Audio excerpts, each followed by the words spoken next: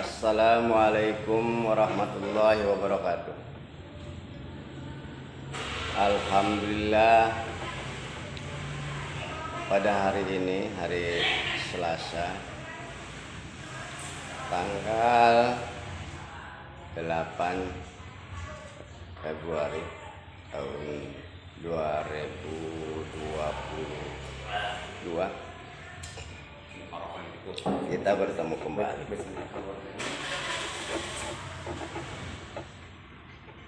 Semoga anak-anakku sekalian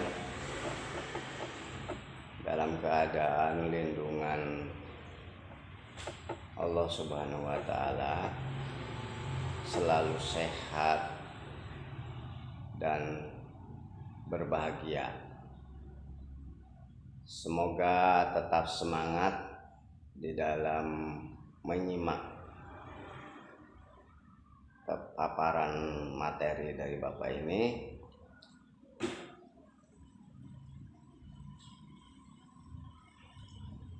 Sebelumnya Bapak berpesan kepada kalian semua, kalian setiap hari melakukan daftar kehadiran. Untuk mengikuti video ini, selalu melakukan kehadiran. Apabila tidak menyatakan kehadiran di dalam WA kalian, berarti kalian tidak mengikuti pembelajaran ini. Nah, itu pesan dari Bapak. Jadi setiap hari kamu selalu melakukan data kehadiran di WA kalian, kemudian di-share ke Bapak. Kali ini Bapak akan memaparkan tentang kepemimpinan. Apa sih itu pemimpin? Tolong diperhatikan baik-baik. Pemimpin adalah orang yang memiliki kemampuan atau kecakapan yang lebih di suatu bidang, sehingga mampu mempengaruhi orang lain untuk melakukan aktivitas tertentu demi tercapainya suatu tujuan. Nah, itulah pemimpin. Jadi kesimpulannya, pemimpin itu adalah bisa mengendalikan anak buahnya, gitu. Memerintah, mengatur, memperkerjakan dengan baik, mencontohkan akhlak yang baik, perilaku yang baik, sehingga mengarah ke arah ke depan yang lebih maju. Itulah pemimpin. Anak-anakku sekalian, dari kepemimpinan itu kita kaitkan dengan makna Pancasila. Nah, di sini makna Pancasila yang ketiga itu berkaitan dengan sikap kepemimpinan. Ya. Jadi melandasi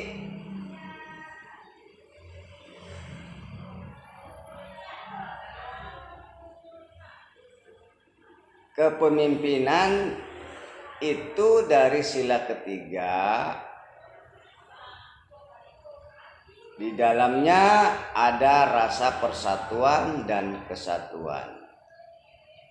Oleh karena itu, Bapak contohkan nilai kandungan yang terdapat di dalam Pancasila sila ketiga, yaitu yang berbunyi Persatuan Indonesia, ya, Persatuan Indonesia sebagai berikut.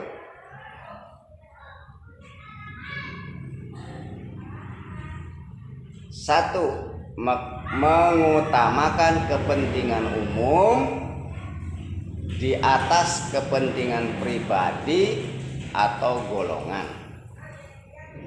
Itu maknanya. Yang kedua, makna sila ketiga yang kedua, menjunjung tinggi persatuan dan kesatuan negara. Ini artinya selalu dipegang teguh. Persatuan itu penting untuk membangun kesatuan bangsa Indonesia. Negara kita kan negara NKRI. Kemudian yang ketiga, mengembangkan persatuan dengan berdasarkan Bhinneka Tunggal Ika. Nah ini, apa itu Bhinneka Tunggal Ika? Bhinneka Tunggal Ika adalah maknanya walaupun berbeda-beda tetap satu juga. Artinya bangsa Indonesia ini kan berbeda-beda, baik sukunya, etnisnya, agamanya, kemudian warna kulitnya kan berbeda-beda. Nah itulah diikat oleh Bhinneka Tunggal Ika sehingga menjadi satu kesatuan yang utuh. Nah itulah makna Pancasila sila ketiga, Persatuan Indonesia.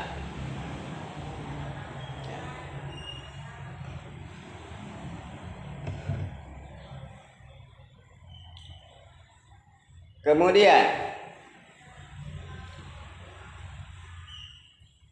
makna sila keempat,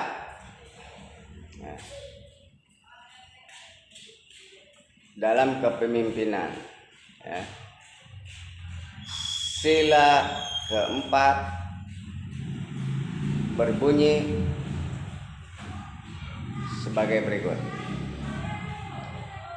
Kerakyatan yang dipimpin oleh hikmat kebijaksanaan dalam permusyawaratan perwakilan. Jadi sila keempat itu bahwa yang berkuasa di negara ini sesungguhnya adalah rakyat Indonesia. Kerakyatan, seluruh rakyat Indonesia.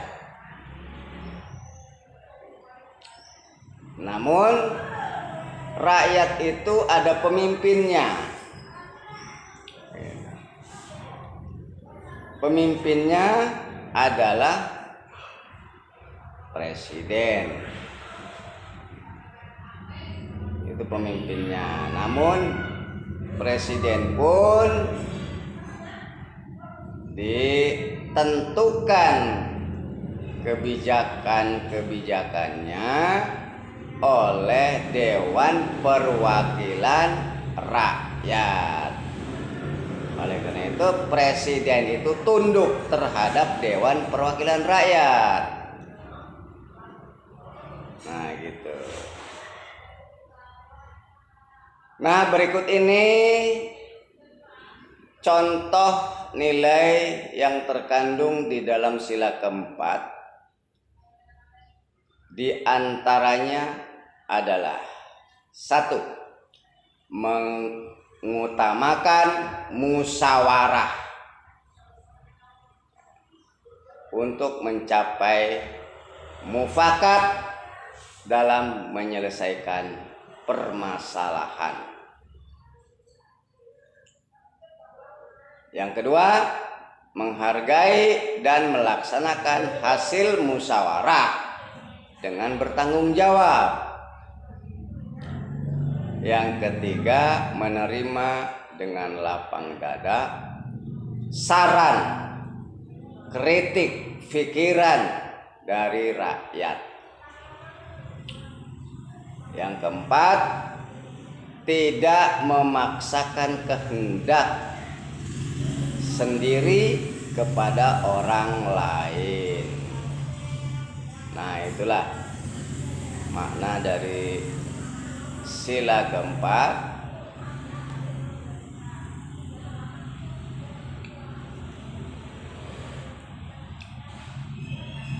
Kemudian Bapak lanjutkan ke pembahasan materi bahasa Indonesia. Sebagaimana pada pelajaran yang lalu, Bapak menyinggung tentang pidato. Nah, kini Bapak akan menyebutkan beberapa macam pidato. Jadi pidato itu macam-macam, tergantung apa yang disampaikan di dalam berpidato.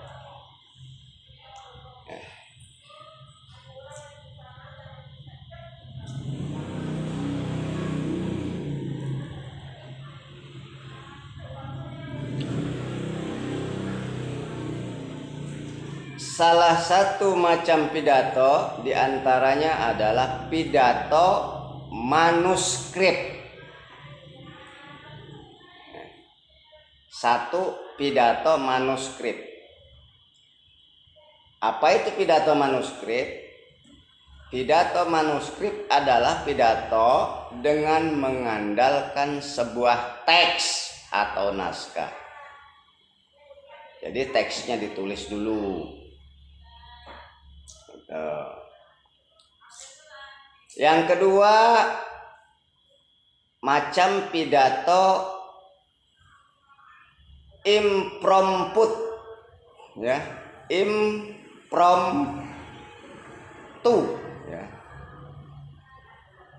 Ulangi, pidato yang kedua, pidato impromptu, tulisannya impromptu, ya. Pidato impromptu merupakan pidato dengan tanpa bantuan teks, jadi tidak menggunakan teks, ya. Dengan cara menghafal saja, jadi tanpa persiapan. Yang ketiga, macam pidato extemporan, ya, extemporan. Nah, ini pidato extemporan adalah pidato yang telah direncanakan sebelumnya. Yang keempat, pidato memoriter, ya. Pidato memoriter adalah merupakan jenis pidato dengan isi yang akan disampaikan telah direncanakan jauh-jauh hari sebelumnya, dihafalkan sebelumnya. Itu. Sementara itu macam-macam pidato berdasarkan sifat dari isi pidato tersebut antara lain, ya. Sifat isinya, ya, sifat isi pidato adalah pidato pembukaan, pidato pengarahan, pidato sambutan, pidato peresmian, pidato laporan, pidato pertanggungjawaban. Itu berdasarkan isinya. Ya, macam pidato berdasarkan isinya. Ulangi, macam pidato berdasarkan isinya, ya. ada pidato pembukaan, ya, karena isinya membuka saja. Yang kedua pidato pengarahan, jadi isinya mengarahkan kepada halayak ramai. Yang ketiga pidato sambutan, jadi untuk menyambut sesuatu kegiatan atau acara. Yang keempat pidato peresmian, yaitu pidato untuk meresmikan sesuatu, ya, meresmikan gedung olahraga misalnya, meresmikan jalan atau bangunan lain atau apa saja. Kemudian pidato laporan, nah ini misalnya pidato laporan keuangan negara. Kemudian pidato pertanggungjawaban. Nah ini pidato pertanggungjawaban, apa yang sudah dilakukan dipertanggungjawabkan. Nah kemudian dipidatokan atau disampaikan dalam bentuk pidato. Nah begitu anak-anakku sekalian, tolong disimak. Kemudian konsep pidato, terdapat beberapa hal yang perlu diperhatikan dalam berpidato. Di antaranya, ingat, di dalam pidato itu hal-hal yang perlu diperhatikan, ya penting ini. 1, harus ada salam pembuka. 2, pendahuluan. 3, isi pidato. 4, penutup pidato. 5, salam penutup. Sebagaimana hal ini telah Bapak sampaikan sebelum pelajaran hari ini. Ya, kemarin sudah Bapak sampaikan isi pidato, ya. Nah, teks pidato yang baik itu begitu, ya. Harus ada salam pembukaan, kemudian yang kedua harus ada pendahuluannya, kemudian ada isi pidatonya. Nah, isi ini penting tentunya. Kemudian yang keempat harus penutup pidato. Nah kemudian setelah ada kata penutup pidato, kemudian harus ada salam penutupan, ya. Nah itulah bentuk pidato dari isinya, ya. Kemudian penggunaan kosakata baku dan kalimat efektif dalam berpidato. Kosakata baku, ya, artinya kata-kata yang sudah ditetapkan, yang biasa digunakan, dapat dimengerti, dapat dipahami oleh orang lain. Itu kosakata baku, ya, kosakata baku. Kalimatnya efektif. Efektif itu artinya meruntut, ya, meruntut. Apakah itu kalimat efektif? Nah, ini di sini Bapak jelaskan. Kalimat efektif adalah kalimat yang dapat mengungkapkan ide, pesan atau keinginan, ya, pembicara atau penulis. Keinginan pembicara atau penulis dengan sederhana. Itulah kalimat efektif, ya. Ulangi, kalimat efektif adalah kalimat yang dapat mengungkapkan ide, pesan atau keinginan pembicara atau keinginan penulis dengan sederhana. Itu kalimat efektif, ya. Nah itulah anak-anakku sekalian ya, hari ini yang dapat Bapak sampaikan. Kurang lebihnya kalian bisa berkomentar di sini. Dan Bapak harapkan sekali kalian setiap kali Bapak berikan konsep pelajaran di WA video ini, kalian membuat pertanyaan, ya. Kalian boleh bertanya melalui WA terkait dengan pelajaran yang Bapak sampaikan. Ya, masing-masing bertanya apa yang tidak kalian mengerti, boleh tanyakan ke Bapak. Insya Allah Bapak mudah-mudahan bisa menjawabnya. Jangan segan-segan untuk bertanya. Itu Bapak akhiri. Wabillahi taufiq wal hidayah. Wassalamualaikum warahmatullahi wabarakatuh.